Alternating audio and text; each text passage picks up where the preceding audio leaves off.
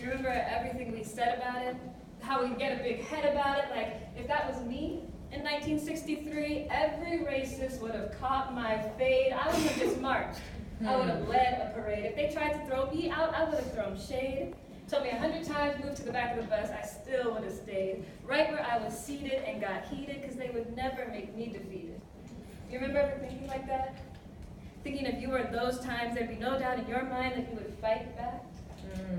Saying, I'd be Dr. King's right-hand man. I'd be the Obama of that era, shouting, yes, we can. I would have sat so the next generation could stand for something greater. But here we are, a few years later, and that era that we read about is starting to look less and less distant. In fact, that racism seems to be getting more consistent. I know we were told to think it had become non-existent, but it's getting harder and harder to dismiss it. And it's getting harder to resist giving in to fear. Because every day it becomes more and more clear that the time we all hoped wasn't coming is here. History repeats itself is more than just a phrase. How come 2017 feels like the olden days? How come our HD TVs are making everything so black and white? It feels like there's nothing left except the alt-right. Every day it gets harder to just play it cool. Because now that Black history we barely learned about in school is looking a lot less like a story and more like a warning. It's looking less like a movie that gets snubbed at the Oscars, where we watch Black people's struggles, but it always ends when they prosper. Now that Black history has a whole new feel, because now that Black history feels a lot more real. Like maybe slavery and the civil rights wasn't just a school category, but a very real, very brutal, true story. And I remember as a kid just reading about it. All the lucky stars I counted, thanking God that I didn't have to live in the past and have to walk through hate mobs just to get to class, but now it's really hitting me that someone else did. There really was a little Black kid who had to deal with all that hatred just because she wanted an education. There were Black people who had to actually get information and demand that their lives get validation. And for the first time, I can really grasp their frustration because I look at the current state of the nation. And it feels like we're lost in translation, and there's no comfortable way out. It feels like we're this close to having restaurants that say, Blacks stay out. It's a tough fact to be digesting that as we head into the future, we may be regressing, but I'm not just one to focus on the depressing. Because I believe in every burden, there's a blessing, and all this pain and uncertainty, one thing I know certainly is our generation will step up to the plate to do our part to keep America great rather than make America hate. We have voices, and I've seen us make them heard. I've seen us sing like Maya's caged bird, using our platform, our gifts, and our words. This is a restless time, but please rest assured that this is not the end. Evil does not win. The revolution has begun, which means that change will happen. And so this is the closing message that I want to send to all the Black freshmen.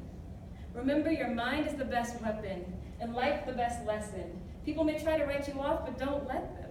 You have 4 years of college under this administration, and I know there might be a temptation to lose the dedication to make change when it feels like there's no point at all. You're the youngest on this campus, but your purpose is not small. I know you get that. I just never want you to second guess your impact. So when you're in class and they bring up the tough conversations about race relations, don't worry about reputations, because your voice is needed in those situations. And you have every qualification to play a big part in this equation. To the Black juniors and sophomores, I encourage you to keep going through locked doors and create your opportunities. Fight for justice and fight for unity. I see you're working hard. That isn't news to me. Stay focused and things will work out beautifully. Sounds optimistic, but trust me, you will see. And know that you are seen. Know that you are kings and queens, not because that's a trendy thing to say, but because you come from a people who paved the way for you to take the throne. Please continue to make your voices known, because I hear you. Wondering why they fear you. Why they can chain you up out of the clear blue. Why you're expected to play by rules they don't adhere to. I encourage you to dare to. Stay strong when those with differing beliefs start their loading. And it feels like you can only make that life lemon into lemonade by sugarcoating. You don't have to keep quiet to avoid a riot. Let them kindly know when they've tried it, and whatever passion that brings, ignite it. And use it to leave the world enlightened. And to my fellow Black second semester seniors, if you're like me, you got that been there, done that demeanor, and won't let anyone demean her because she's learned the grass is only greener where you water it. We're moving on. It's crazy just the thought of it. I reflect back and I'm grateful for all of it. For 4 years been dedicated, about to be college graduated like mama, I made it. I encourage us to stay educated. Because yeah, this is the college finale, but we're so far from done. And I encourage you to not be fazed by anyone because we've got a world to run. And we've learned now that school teaches you a lot, but life teaches you even more. We've learned to get to the top, you've got to start on the first floor, and sometimes you got to crawl before you soar. So as we head into unknown territory, even if it's not all glitz and glory, know that this is our time to start soaring. This is our time to take over, so pick up your shoulders and walk like the boss you are. Your intelligence has got you far, and I know moving on is kind of scary. Got you feeling emotions like Mariah Carey, but you are very ready for whatever comes next. It doesn't matter what anyone else expects, you do you. They got a lot of gifts, but you do too. Use what you have to make waves, even though it feels like we're new slaves being appropriated by Kims and demeaned by Kanye's. We're too bright to not be headed for right ways. And to all of us. See, we come from a people who were encouraged to not be book smart, told they don't look smart. And yet we come from a people who read, write, and cook smart. Everything our people did took heart. And I know school doesn't really like to cover the good parts, so let me tell you what they don't teach you. Because when they dismiss your history, it feels like they don't teach you. They don't remind you that Martin wasn't a Martian, or some perfect all-knowing being who had all the right jargon. Dr. King didn't have superpowers. He was just a man who gave his life for ours. He was just a person who saw something wrong with the system and relied on God to give him strength and wisdom. He refused to be a victim, and I admire his heroism, and we have the opportunity to make his same decision. To stand up, fight back against all the criticism. He had a dream, and I have a vision that we can be the generation that can say freedom's risen. That we can be the ones to turn things around. Royalty runs in our blood with or without the crown. There's no reason we too can't be like MLK. Because we have similar obstacles that we still face today, and I know making change is much easier to say than to do. But everything we need to succeed is you. Our ancestors overcame so much, so this we can get through.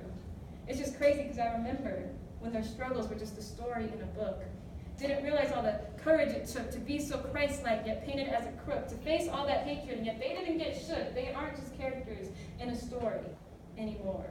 Rosa, Martin, Malcolm, all those who go unnamed, they're human beings who paved the way for us to take the reins. We won't let their hard work be in vain. So now we won't just read about it. We get to actually be about it. I know school only taught us this in February, or straight up taught us none of it, because they felt white history is mandatory and black history is for the fun of it. But regardless of what we were taught before, I have never been so sure that this is where we rise up.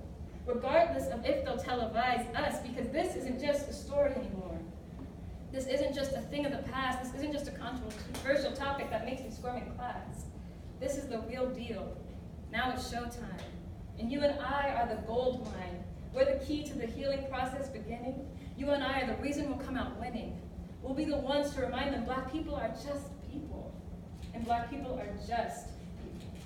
We'll thrive because our skin color doesn't make us any less equal. Love trumps hate and overcomes evil. Educated college students, now that weapon's lethal. So let's approach it as mandatory, that we add more chapters to this true story, because yeah, they may overlook and even doubt us. But one day, know that kids are going to read about us. Come on, Tyler.